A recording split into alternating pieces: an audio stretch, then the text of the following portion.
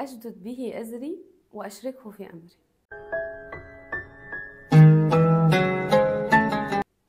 خلينا متفقين إن الآيتين دول أساس كل العلاقات الإنسانية اللي موجودة، سواء كانت زواج ولا قرابة ولا صداقة.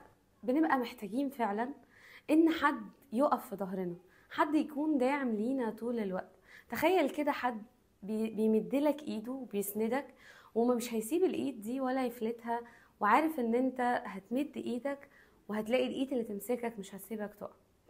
شخص تاني هتشركه في امرك، عشان مش ما ينفعش اي حد يبقى شريك في امري، شريك في حزني، شريك في وقت احتياجي.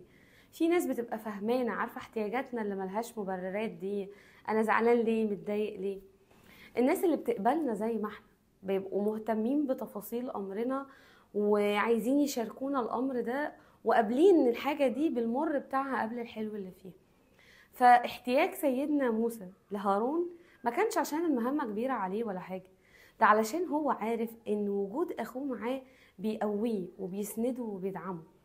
علشان كده مهما كان الحمل كبير عليك، خليك دايما حاطط في حياتك ناس بتسندك وبتدعمك وبتقويك، وربنا يسخر لنا الناس دي طول الوقت في حياتنا.